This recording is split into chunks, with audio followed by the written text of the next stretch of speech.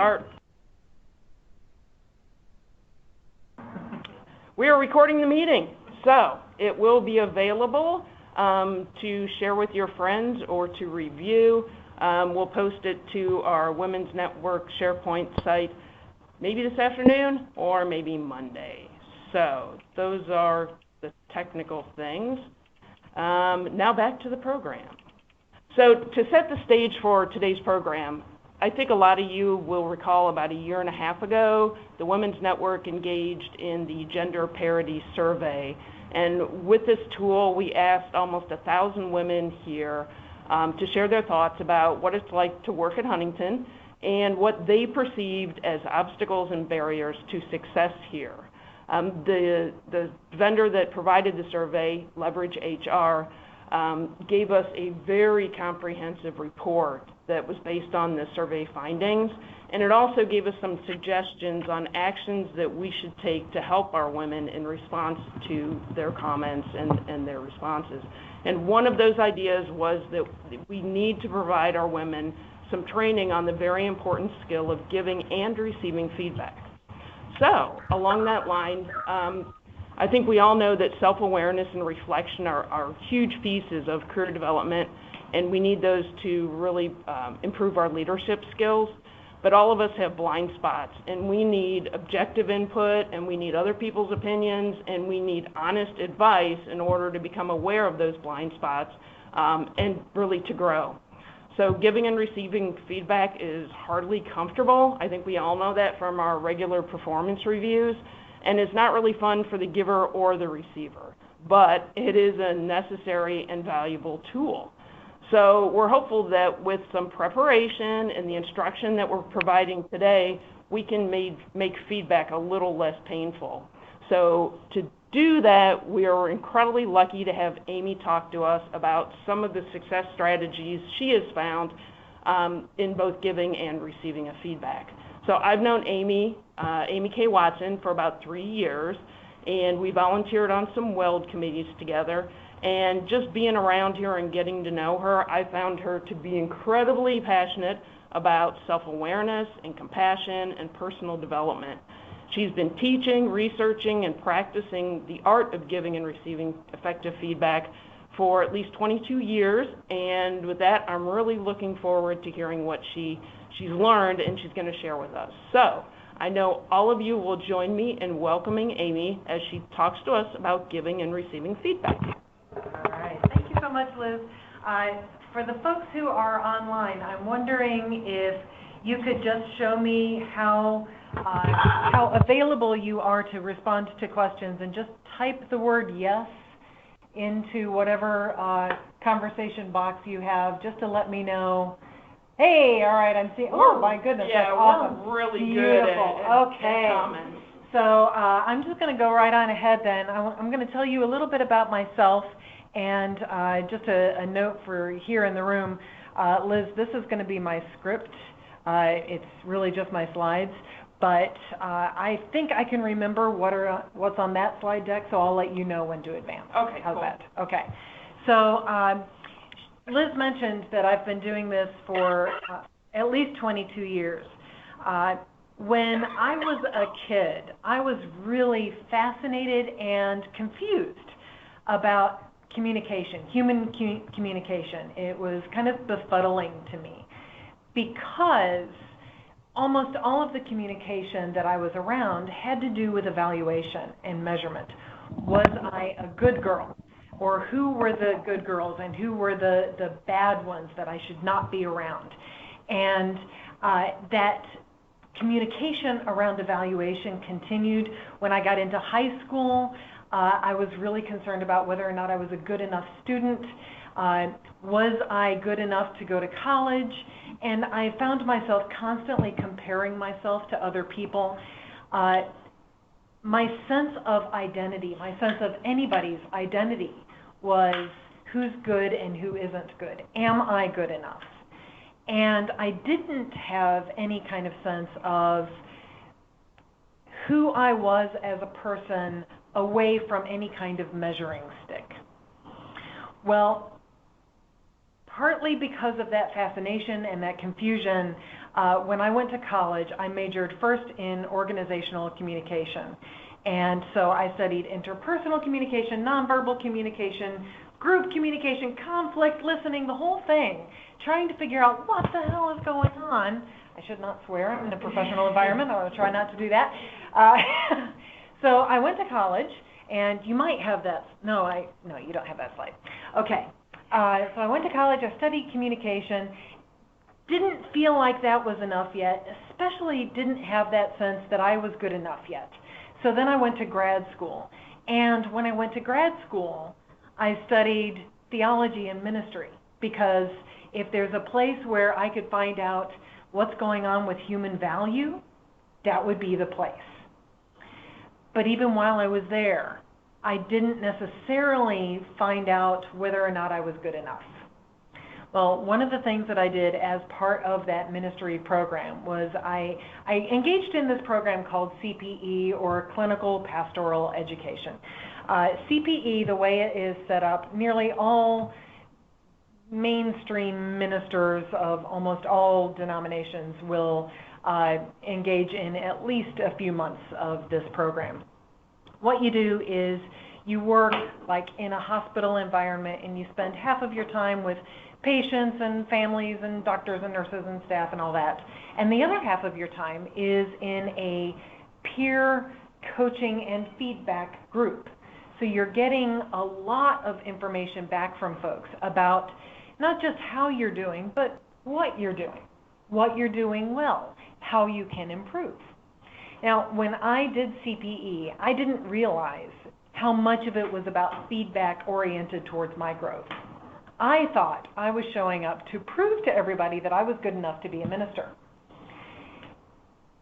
And I don't know if you can imagine where this is going, but very quickly I started getting feedback from people about how I could improve, but I was there to prove that I was good enough.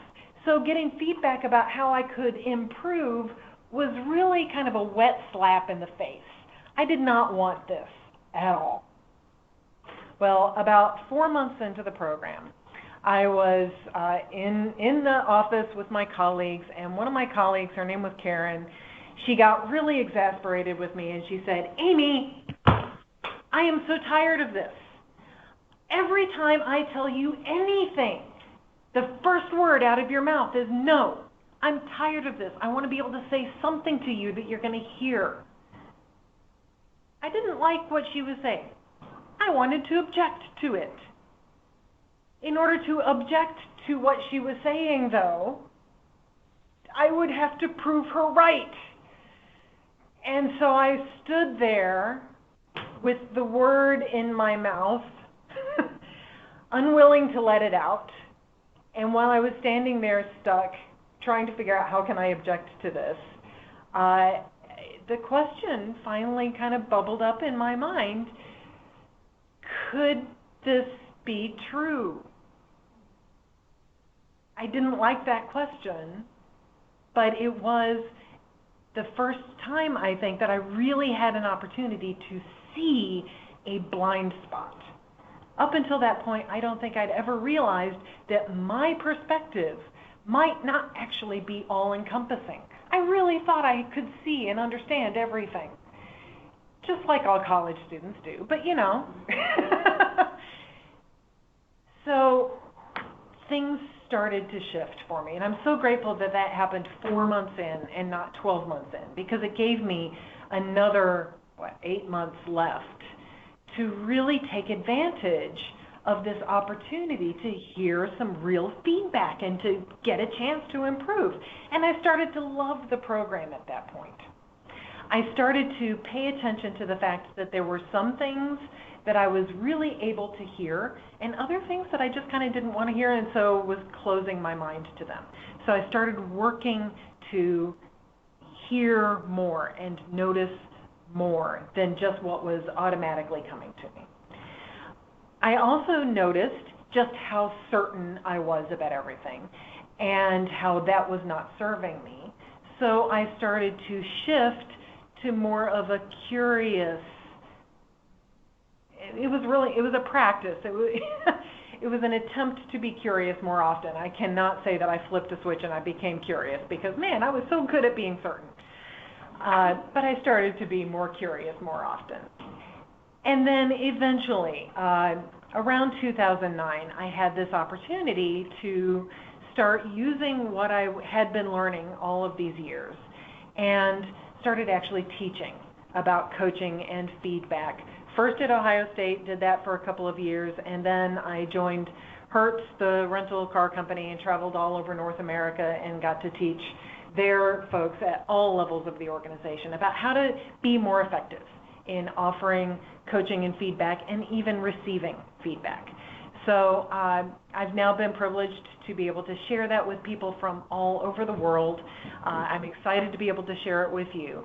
And one of the things that I'm doing now that I am a coach is simply I'm putting together a pilot program based on that original CPE experience to see if I can offer this not to ministers, but to folks like yourself who are in a corporate environment and are hungry for that kind of feedback and would like to have an opportunity to do that. So that's something that I'm working on. So what we're going to do today is we're going to talk about what is feedback. I'm going to give you some of my strategies and secrets for giving feedback. And it sounds like maybe we need folks to unmute. Yeah, all right, thank you. And we'll also talk about what you can do to get the feedback that you're longing for. What do you need? And to start, I'd be really interested in hearing maybe from somebody in the room, and would love to see what folks would type in. What comes to your mind when you think about feedback? And I think we might have a slide for this over there. What comes to mind when you think, or when you hear that word feedback? Performance review. Performance review, sure. What else? Conversation. A conversation, all right. Ooh. Ooh, criticism, defensiveness. Well, it's being evaluated. Yeah, sure. Judged. Being honest, authentic, investing in others. One-on-ones with your manager, it's uncomfortable. Oh, someone's caught me doing something that they think is incorrect. Perspective, areas of improvement and areas of strength. This is wonderful. All right, I'm going to just leap right off of that and share with you my definition of feedback. And this is put together from my years of experience and thinking and researching around this. In my perspective, feedback is simply information. For most of us, feedback is imbued with all of this drama, and I like to try to strip it of that drama and just think of it as information. And it's information about what someone perceived. Invariably, perceptions can be all over the map because it's based on that person's filters. And I think there's a slide for this one too. So when we think about filters, every single one of us has education and experiences that inform how we see things, how we understand what's going on around us. So for instance, you've seen that if somebody's already having a bad day and you say something to them, they're likely to take it much worse. They're likely to take it in a bad way. Whereas if they're having a good day, you could say the exact same thing to them and they'll take it in stride or they'll take it in a good way. So your filter is based on all kinds of things. So when you're receiving feedback from somebody, you're finding out what they perceived through that filter of emotions and education and experience. And it's about your action or inaction. And the reason that I include action or inaction, I'm sure you've had the kind of experience where you send somebody an email or a text and they don't. Invariably, when that happens, you start to wonder what's going on with that. What are they trying to tell me by not responding? So even a lack of action is like an action. It still has a message that we will take time to interpret most of the time. So any kind of feedback, it's just information. It's about what somebody perceived through their filters. regarding somebody else's action or inaction. So there's also both formal and informal feedback. We're all pretty familiar with formal feedback. That's either that performance review, or even if the boss stops by your desk or you stop by your direct report's desk and you have an intention of giving feedback and that's what you say, that's formal feedback. Informal feedback is just kind of what's going on around you. So for instance, when there were a lot of things coming up on the conversation list, I noticed that the people in the room were sort of looking at that instead of looking at me and what I was saying. So that was telling me, even though I couldn't see that there was a lot being typed in up there, I could tell that that's what was happening because of the feedback that I was getting from you, very informally. One of the services that I offer to my executive clients is shadowing. So I show up at your office, and just kind of by following you around, I can see how people are acting around you. Do they act relaxed and collaborative? Do they act like they're nervous, like they're just holding breath until you leave? That's all information that I'm picking up on. So you can get a lot of feedback simply by paying attention. So I wanted to share with you the difference between feedback and coaching, and in this is also kind of the difference between counseling, managing, mentoring, and innovation. And the slide that you're going to see is going to just kind of show you all of it at the same time. But I want to draw your attention to first the vertical axis.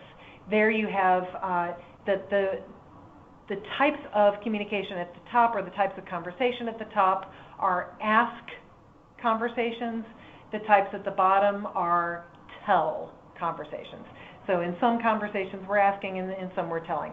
And honestly, yes, this is a false dichotomy, because in most conversations there's a mixture of asking and telling, but we're going to tease it apart.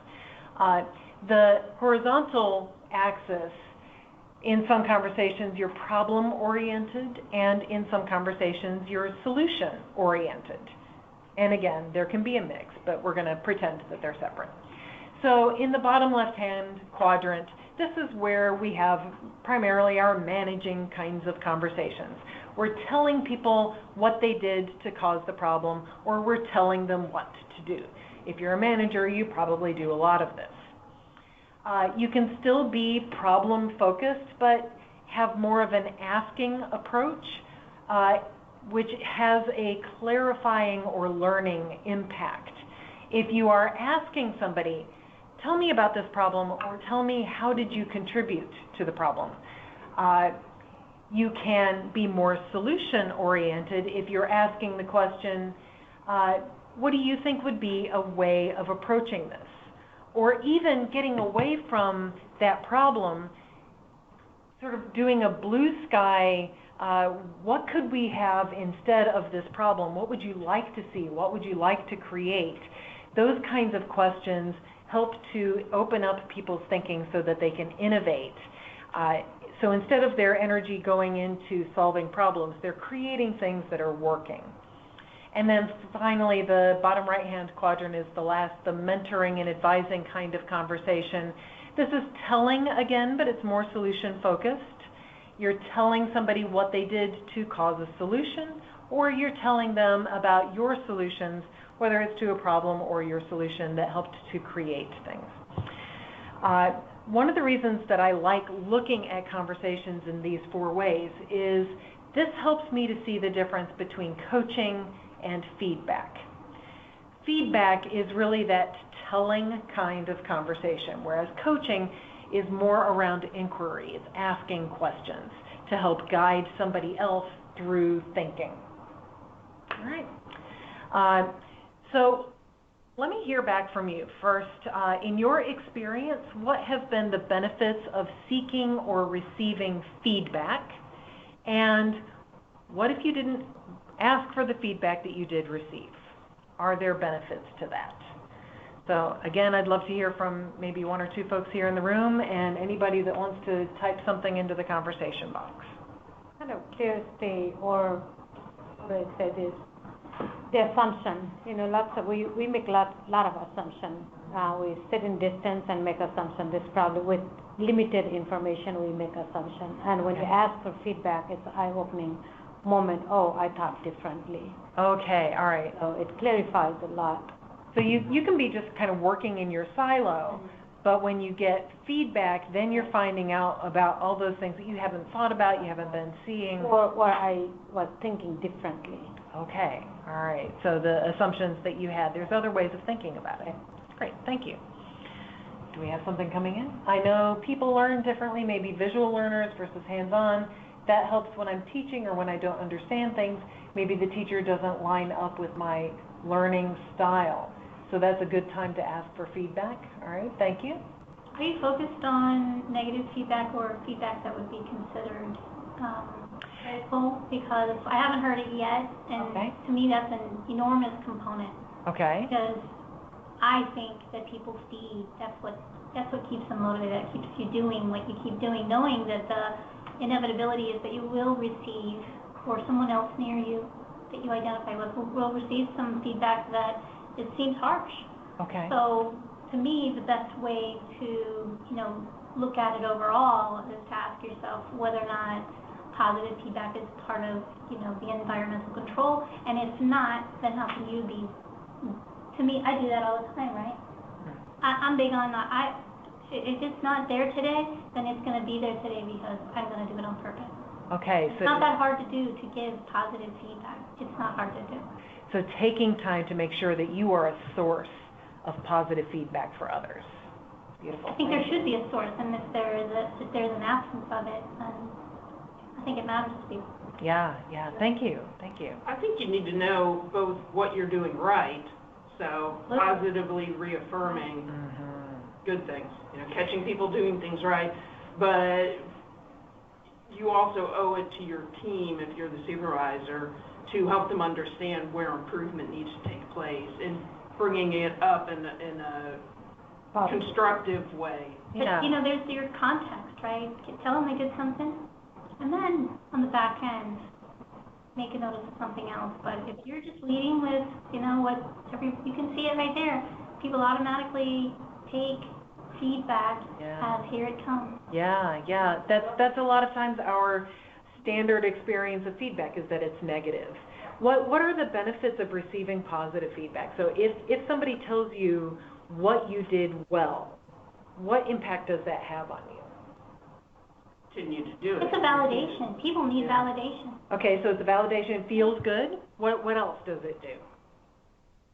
It reinforces the behavior. Yeah, so whatever somebody tells me that they like my shirt, my God, I'm going to wear that shirt more often. So much more at work. If I'm doing something well and somebody recognizes that, then I'm going to want to do that a whole lot more often. Yeah. And it's not false to say, good job. That's not false. Well, I was supposed to do a good job and I was expected to do a good job, but I'll take the good job, even as a neutral point. Yeah. The thing is, with good job is so vague that it's easy to dismiss it. If we can offer specific positive feedback, what is it that somebody did that you appreciate? That is so much more powerful. Yeah. What else were you going to say, Chris? I was going to say, far too often there are people in leadership roles that don't feel they need to give you the good feedback. It's like, it's not my job to babysit you or reaffirm your ego, or, I'm only supposed to just tell you when you're doing wrong. Otherwise, assume that you're doing right. And it's unfortunate when there are leaders that have that belief because they're not doing anything to help their people. Yeah, a lot of us were really raised with the idea that if you're doing well, you're meeting the minimum standard, and I shouldn't have to mention anything about that. I only say something if you're doing above and beyond that. However, if we're meeting the standard and nobody is telling us that, how do we know that we're meeting the standard? Then we're operating in a vacuum of information. All right, so was there anything, I know that you've been keeping track, was there something here that I should highlight? Basically, boosters of self-esteem, morale, and confidence. Yeah, boosters for self-esteem. It can break down barriers That's a really interesting point. Yeah, if you're without feedback, there's a real silo. It's like being isolated. You know what you're doing right. You know what to keep repeating. Helps you grow and feel good. It's possibly motivating. Yeah, it depends. Don't limit it to all good feedback. Difficult feedback can be presented in a manner as well. Absolutely. All right, let's go ahead on and we're going to illustrate some of those points. So I think you have this slide next. Yeah.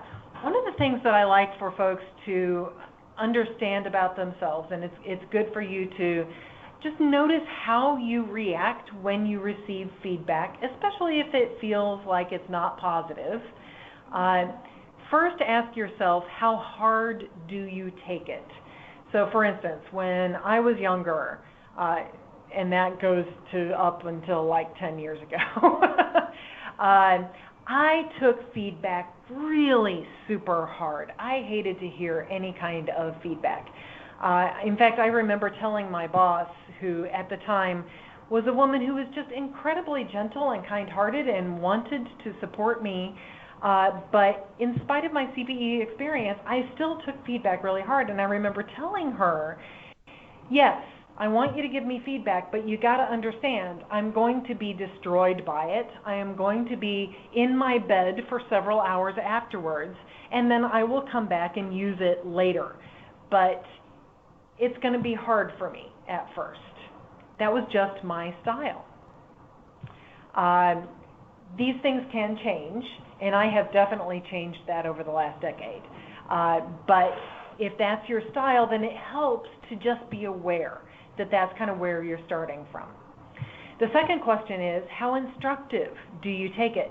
Some people don't take it hard at all. It's just kind of like water off a duck's back. They kind of don't care. Yeah, fine. Tell me what you want. Tell me what you don't want. I don't care. And that's fine emotionally, but if you're not taking the opportunity to learn from it, then you're really losing an opportunity to grow. And then the third question is, how long do you hold on? Kind of like I told my boss a few years ago about, I'm going to be in bed for a few days. It took me a long time to recover from negative feedback. That is something that I've been able to work on and grow a lot around. So just being aware of kind of what's the feedback reaction style that you're starting from. That helps you to know how to work. So the first secret that I want to share with you is that feedback gives you information just about how you're being received. You should use it even if it's poorly delivered, if that person is your target audience. So here's what I mean by that. Let's say you're a boss, you've got a team of 10 direct reports, and you have news that you're going to deliver to them. And it's not good news. So you decide, all right, I'm going to have a meeting with them, and here's what I'm going to deliver to them. You prepare it, you get ready, and before you go in and deliver it, you share with your boss what you're planning to deliver to your team. Your boss gives you feedback on it. You incorporate that feedback. You think, okay, I got feedback on it. I'm good to go. And then you go deliver it to your team, and it falls dead, and they react poorly. Why is that? I mean, you got feedback on it. You even incorporated the feedback. But your boss does not have the same perspective and frame of reference as your team has. Your boss doesn't need nearly as much context, for instance, as your team would need. So it's important that wherever you're getting your feedback from, it's a representative sample of the people who you're really trying to reach, or who will benefit the most from what it is that you're doing. So sometimes, yes, it's your boss that you need to please, but sometimes it's somebody else. And it may be that the informal, in-the-moment feedback is the richest, most useful feedback that you're going to be able to get if it's a situation like that where maybe I can't get my feedback from them before I present to them, but they are still my target audience, so it's the feedback from them that matters the most. So being aware that that's your audience, that helps you to weigh just how important that feedback is. All right. I am going to take time at the end, by the way, for questions. So if you have questions, please make a note of them, maybe on the side, and I promise to get to those. One of the things that I've been studying over the years is about the neuroscience of receiving feedback. And the bottom line is feedback is almost always triggering. Because we have this history of being told how good we are or how not good we are, and that's the kind of feedback that we get. So it's almost always triggering. And in fact, there are some people who would say that because it is so triggering, you should just not ever give feedback. I know a lot of us who have responsibility for giving feedback, because we know that people can react really strongly, we feel like I should not do this. This would be a bad idea.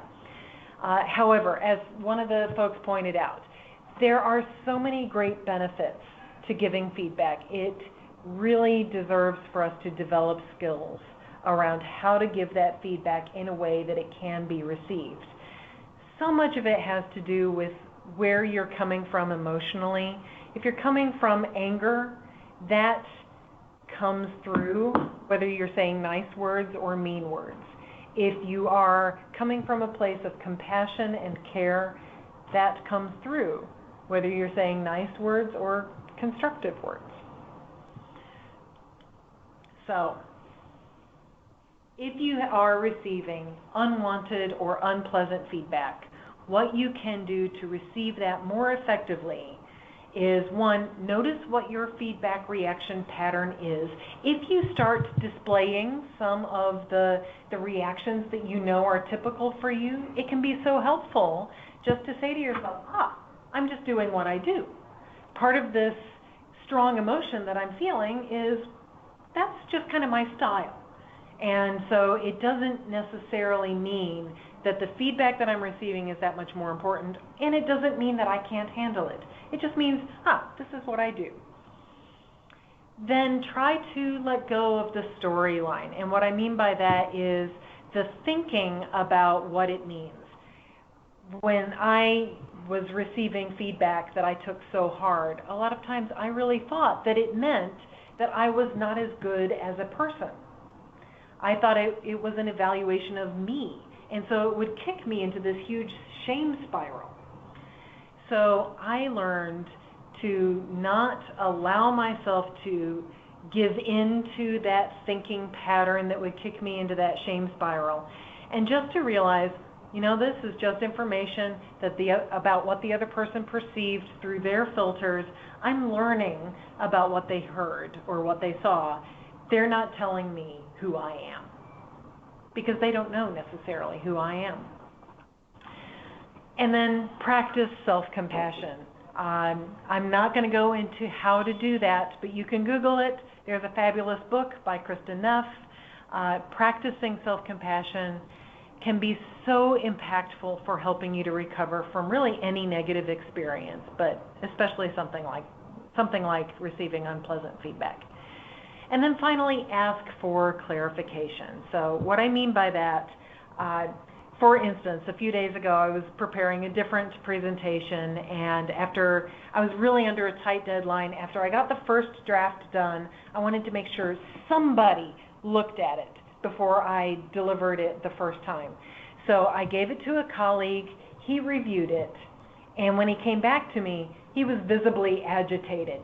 And he was saying things like, it's too long, for one thing, and man, you always do blah, blah, blah, blah, and you never blah, blah, blah. And, okay, I noticed my own defensiveness starting to crop up and recognized, okay, this is part of my pattern. I'm just going to set that aside and try to learn what I can from him. So I said to him, okay, all right, I hear you saying that it's too long. How much shorter do you think it needs to be? Does it need to be half as long? Does it need to be 2/3 as long? So I started asking really specific questions about what exactly he was looking for, trying to find what's that positive action that I can take that will take me in a positive direction so that I'm not just reacting to his reactivity. And then I kept asking other questions, constantly sort of translating what he was reacting to into those positive steps. I heard you say that it's too logical and straightforward, and I was presenting to people who are not going to be in a logical frame of mind. So you think that I need to include more emotion? Do you think I need to tell stories? What is that? And so I would just keep asking those specific questions. That kind of clarification. Not asking, well, do you think that I'm really that bad? That's not going to help you. All right, let's go on, because I want to make sure that you have time to ask questions. So we've been talking a lot about receiving feedback that maybe you don't like, or maybe it wasn't even what you wanted. But there are types of feedback. There's that positive feedback that we want. So appreciation and recognition, or concrete, tangible ideas for how to get better. So how can we do that? So I wanted to share with you a couple of strategies, and this is interesting. Mine are backwards. So if you've got, this one. This is strategy number 1. This is a strategy that I share with a lot of my clients to do, to create what I call a credit file. By that, what I mean is every time you receive any kind of positive feedback, whether it's on a project that you did, or anything that you turned in, or if it's something verbal that somebody said, or if somebody makes you a thank you card, or even if they're just smiling, capture it in some way. Print out that email, stick it in your file. Take a picture if it's something that's visual, stick it in your file. That way you can create what I call your own 5-to-1 experience. A 5-to-1 experience is what most scientists roughly agree is what we need in order to feel like things are going well. 5 experiences of positive feedback for every 1 negative feedback experience. So, for instance, in your marriage, if you receive some negative feedback from your spouse, you can still feel really good about your marriage if that is outweighed by 5 different positive experiences. At work, if you receive some negative feedback, that's going to be okay if it is outweighed by 5 different positive experiences. The sandwich formula is not enough.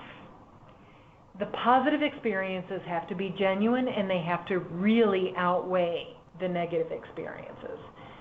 Most managers are not keeping a tally in their heads of how many times have I said something good and how many times have I said something bad. What you can do as an individual is keep this file of things that you have received credit for, or that you can give yourself credit for, and review it. Review it often. So you can take time to stop and savor what are the positive experiences that you've had, so that you can outweigh those negative experiences through some action of your own. Okay, strategy number 2 then, and on the handout or on the slide, I think it says the other one is strategy number 1 also. No. Well, that's interesting. Yeah, the Skype is showing a different slide. No. Same slide we've been seeing. Yeah, we've been on this for Yeah. Okay, let's try that. Okay, that's interesting, because it's still showing the self-compassion slide. Yeah, I wonder why. Can you go? How about, the book on compassion, I see the question. The author is Kristen Neff, N-E-F-F. Well, this is the one that's presenting. Okay, They're just, so I don't know what that is I'm not sure coming what. from. All right, so strategy number 2 is about asking for specific feedback, and I've basically already talked this through anyway, asking for those tangible ideas for how to improve, and maybe even directing their attention to the specific areas that you most want feedback about.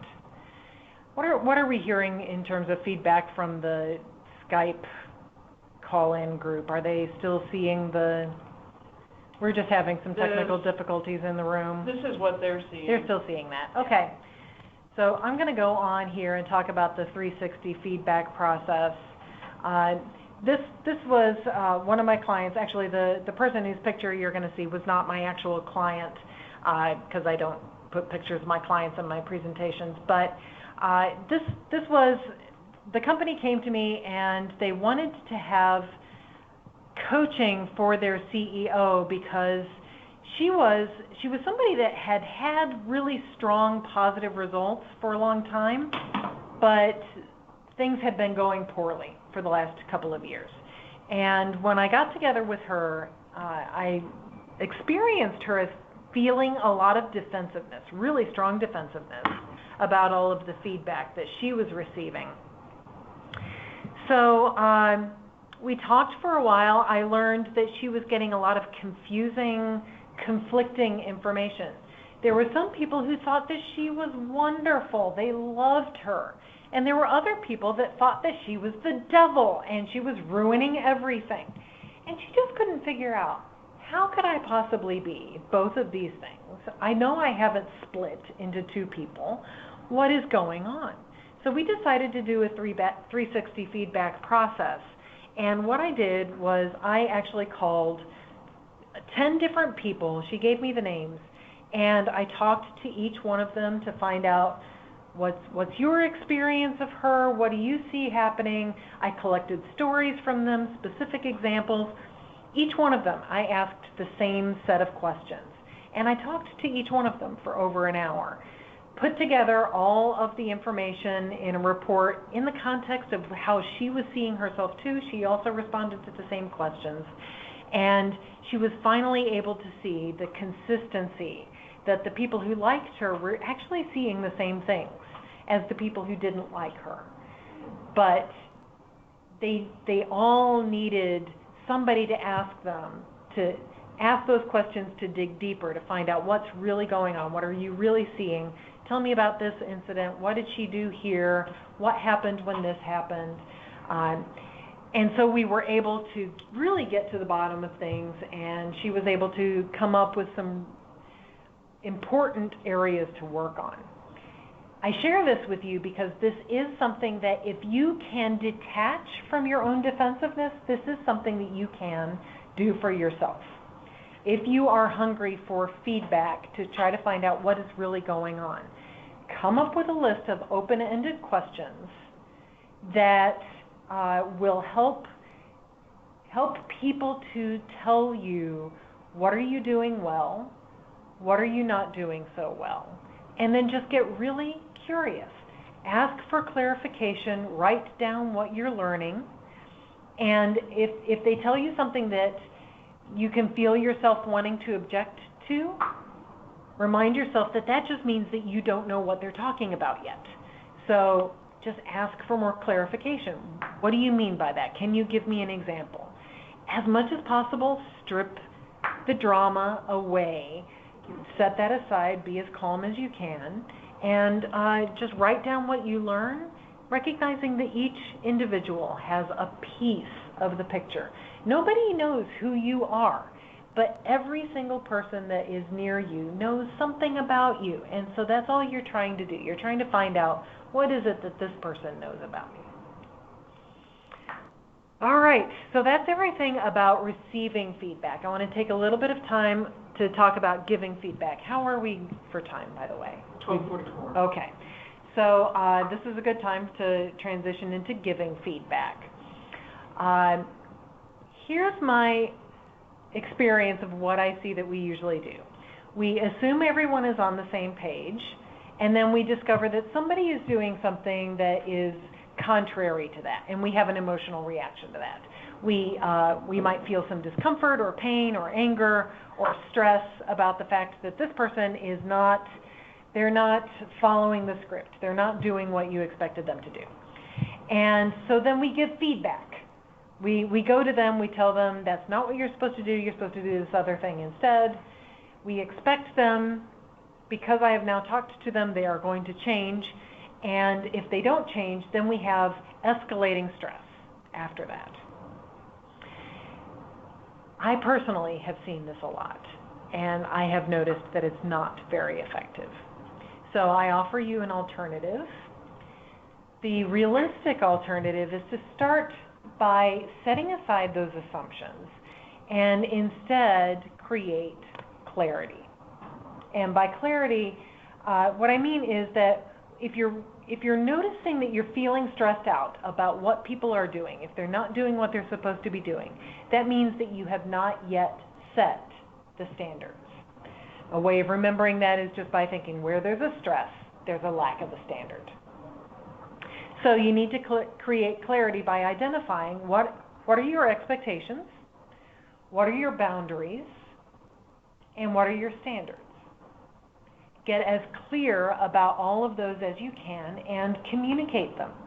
Share them freely, share them stripped of the drama.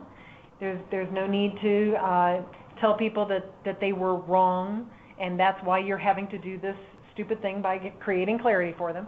Actually, the truth is that most people, once they have clarity, they will automatically want to do what you expect of them. Not everybody, but most of the time that's going to be the case. People like to meet your expectations. And if you do need to talk about consequences, try not to go straight into punishment. I recognize that there's a certain amount of punishment that's kind of part of corporate life, that whole progressive discipline process.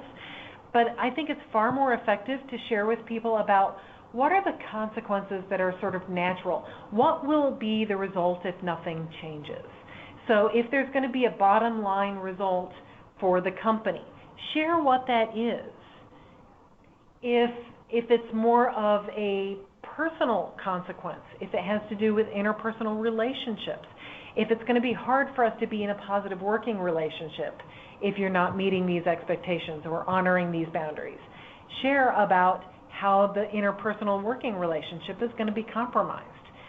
I think that when we fully understand what the natural consequences are of our actions, then we're much clearer on why we should do what we're being asked to do. If we're having to resort to punishment, then that original clarity, I think, was not created most of the time. So secret number 3 then is when boundaries, expectations, standards, and consequences are clear and consistent, then even that negative feedback can be delivered with compassion and joy. So you sit down with somebody and you say, listen, I've been noticing that your performance has been suffering in these ways. As you know, here are our standards. So let's see what we can do to help you to meet those standards, because I don't want you to have to deal with those consequences that are going to happen. So I noticed that you were shaking your head there a second ago. Do you mind sharing about what that was about? I'm going to assume there's a whole lot more context in that. I wouldn't go about it that way. I would turn that completely different. Can you say more about that? I wouldn't take somebody aside and say, hey, come with me. I just want to let you know what you just said. I just want to let you know you're really not meeting the standard, what have you. I've been noticing that your performance has been suffering. This conversation has already shut down. Okay. What could that person possibly do other than what you did? No, object, right? Okay. Or say nothing. Okay. Because you've left them nothing to work with. They're at the table in a silo, right, of, oh, great. Instead, I would take him into the room and fill the room with success.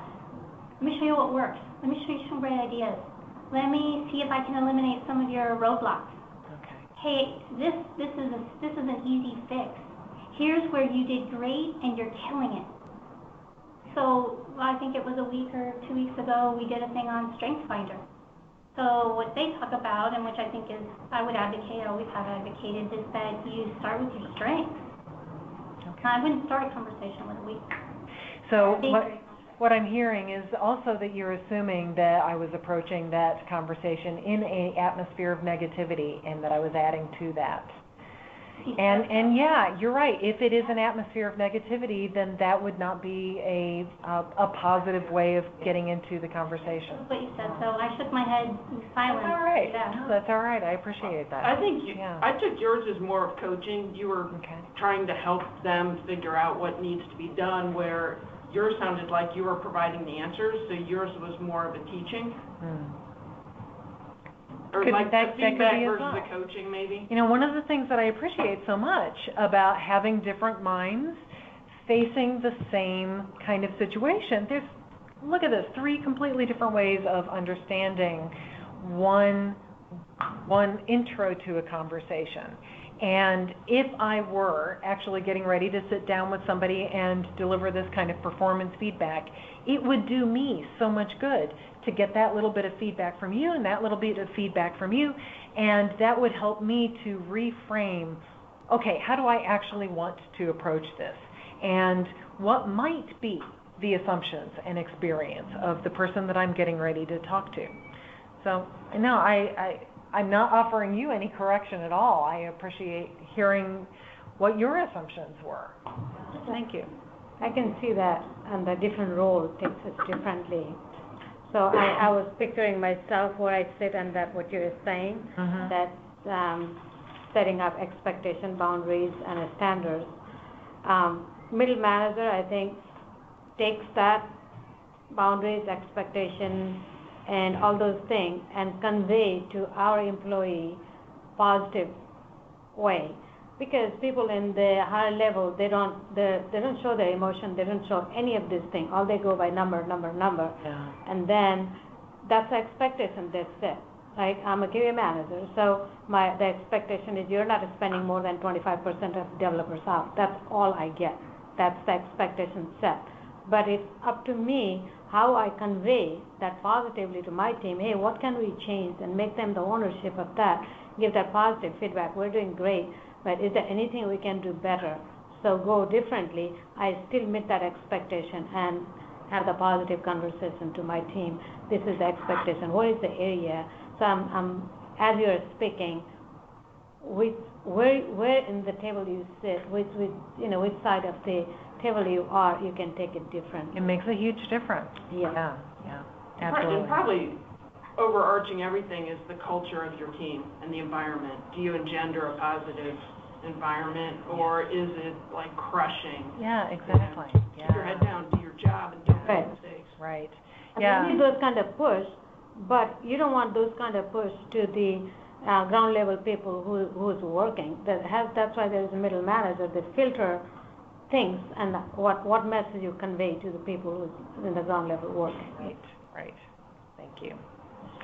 Yeah, just that sense that if you're having a good day, then you can hear something and it can sound like good news. But if you're having a bad day, you might hear the exact same thing and it can sound like bad news.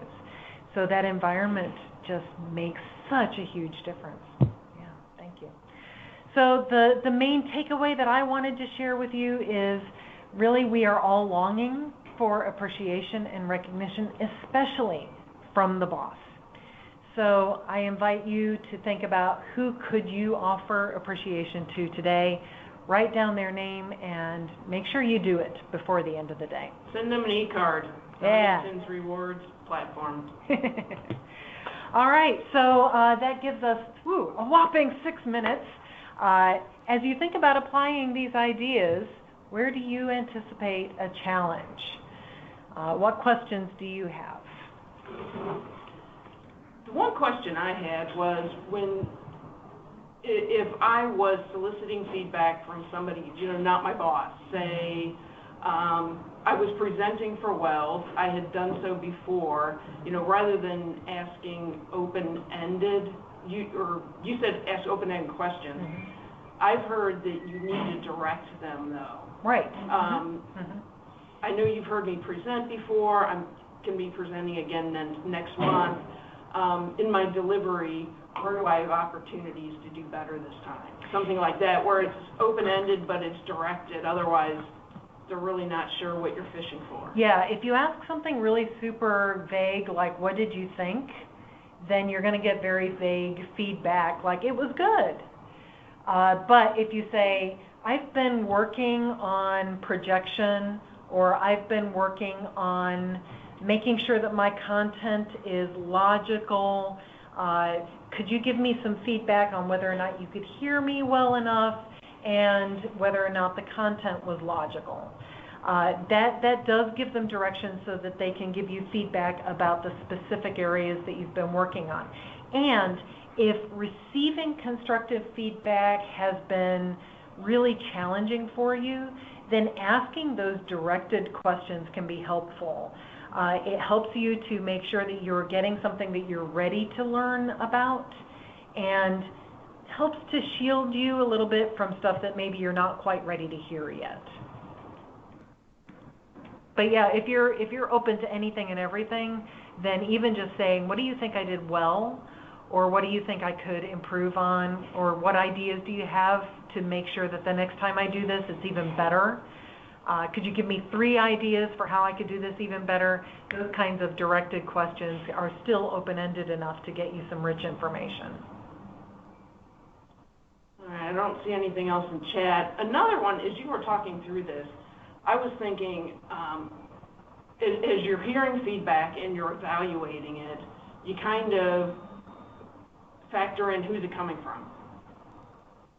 But then it's like feedback is a gift, so why would anybody provide feedback unless their intentions were pure or sincere? So yeah, how do I... A lot of us get feedback coming from frustration. Okay. You know, I didn't like what you did, and so I'm going to give you some feedback about it. If it's coming from a place of compassion and a sincere desire to help somebody grow, then it's generally going to come across that way. But if it's coming from frustration, then it's more than likely going to have more of a cutting feel to it. So a personal attack versus helping you grow. Yeah. Yeah. All right, well, that's all I got. All right, I think giving feedback part. Oh, and what was the book you mentioned? Was it Kristen Neff? Yeah, Kristen Neff. Okay, Self-Compassion. Self-Compassion by Kristen Neff. Yeah, Gracious Leadership. Have you heard Janet speak? I have. Yeah, she's fabulous. She is amazing. I haven't read her book yet, but I've heard her present twice, and I think the book was based on her presentation for the Ross Leadership Institute. Yeah. And the second time I heard her, it was kind of a sneak preview to the book. Yeah. Another book that can be really helpful, especially for boundaries, expectations, and compassion, bringing those 3 together, would be Brené Brown's Gifts of Imperfection. Well, yeah, just about anything by Brené. But yeah, Gifts of Imperfection, I think she talks about, I think, maybe it's in Daring Greatly, the boundaries and compassion and the relationship between those 2. Another thing, one of the books I'm listening to right now is The Unofficial Project Manager's Guide. I don't know the name for sure, but it's a Franklin Covey presentation. And as a project manager or a team, you're not a formal leader. The people are not your direct reports. And so a lot of it was on coaching for accountability or holding people accountable. And it talked, not about consequences, but about impact. Yes. And you spoke to that. It's kind of the same thing. It's helping people understand that when they're not delivering on time or performing to standard, there's an impact. Even if it's not a write-up or anything truly consequential, there are ramifications, and you're affecting other people. Don't work in a vacuum. Yeah. That's another great resource. Yes. Yeah.